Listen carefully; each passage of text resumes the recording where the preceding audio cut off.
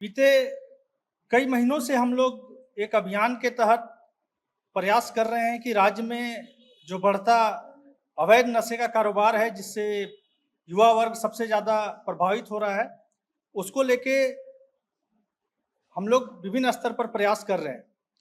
राज्य में अवैध रूप से जिस तरीके से नशे का कारोबार फल फूल रहा है और जिस तरीके से नशे के सौदागर को यहाँ पे एक आसान प्लेटफॉर्म बना के सरकार और यहाँ की झारखंड की पुलिस ने दे रखा है, वो कहीं ना कहीं पूरे झारखंड के लिए बहुत ही चिंतनीय है।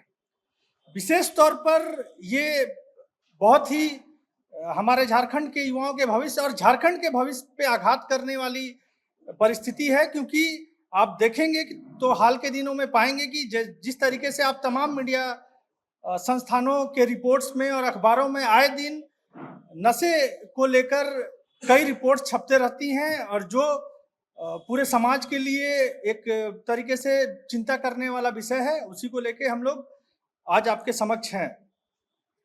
जिस तरीके से नशे के सौदागर और नशे के माफिया और उनके पैडलर्स की पहुंच युवाओं तक, विशेष तौर पे यहाँ के प्रतिष्ठित स्कूलों तक, महाविद्यालयों तक और खेल के मैदान तक भी, जिस खेल के मैदान में युवा अपना स्वास्थ्य और सुधार के लिए जाते हैं, वहाँ भी इनका पहुंच बन चुका है और इसको ये आने वाले समय में और भी घातक सिद्ध होने वाला है।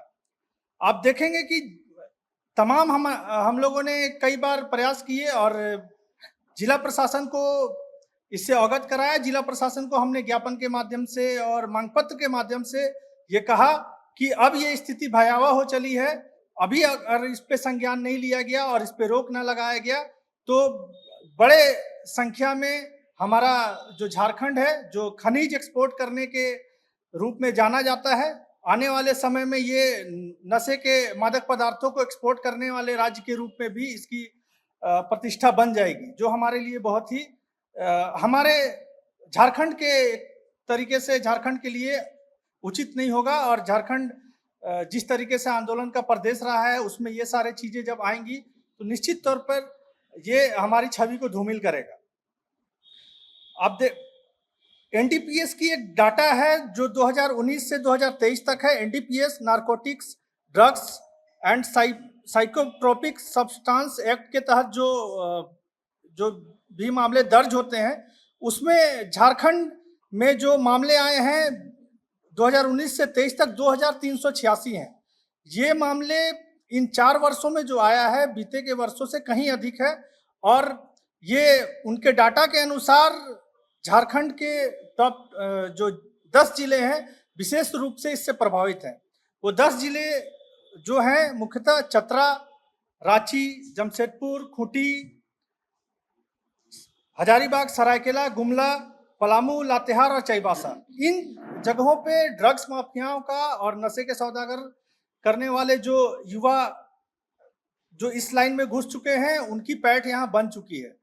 अब हम जो जिस विषय पे आ रहे हैं वो विषय है कि पुलिस की नाकामी को हम लोग इस तरीके से देख सकते हैं कि हाल ही के दिनों में आप ही के द्वारा एक रिपोर्ट आया कि धनबाद के राजगंज पुलिस ने ये बयान और ये मीडिया के समक्ष एक रिपोर्ट में आया कि वहां 19 किलो जो है मादक पदार्थ चूहे चट कर गए। तो ये एक परिस्थिति ये दिखाती है कि राज्य में नशे के सौदागर और उनके साथ पुलिस की भी मिलीभगत पूरी तरीके से चल रही है।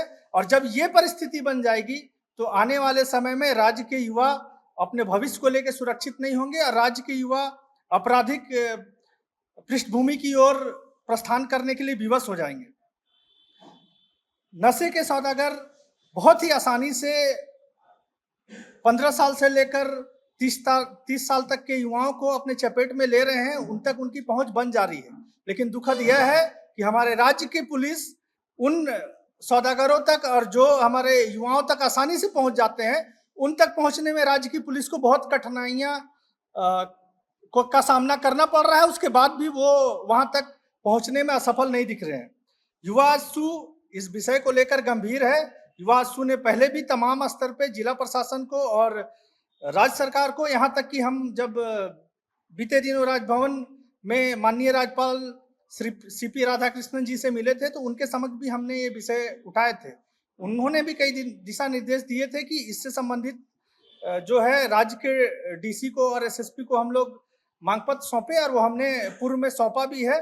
तो इसको लेके हम लोग जो है अब अभियान के तहत आगे बढ़ने वाले हैं, और एक अभियान जो होगा उसका नाम हम लोग ने दिया है एक युद्ध नशे के विरुद्ध, और इसका पूर्ण रूप में नेतृत्व युवा आजसू करेगी। और आने वाले समय में 26 सितंबर को हम लोग सड़कों पे उतरकर राजभवन के समक्ष धरना देने का कार्य करेंगे, और ये निरंतर आंदोलन अब युवा आजसू का जारी रहेगा।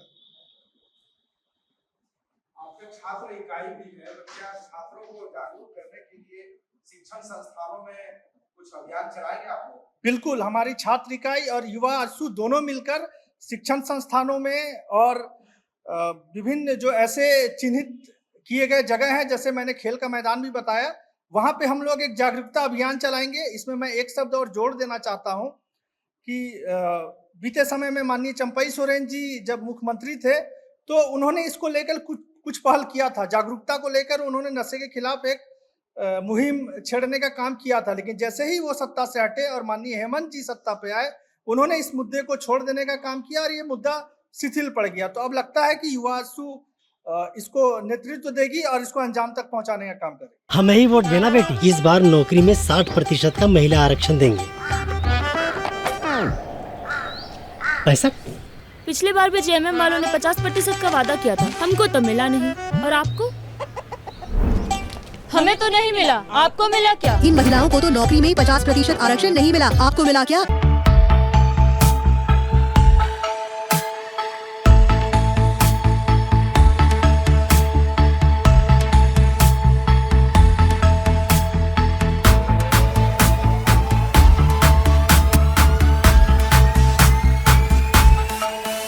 TheFollowUp.in. Like, share, and subscribe. www.thefollowup.in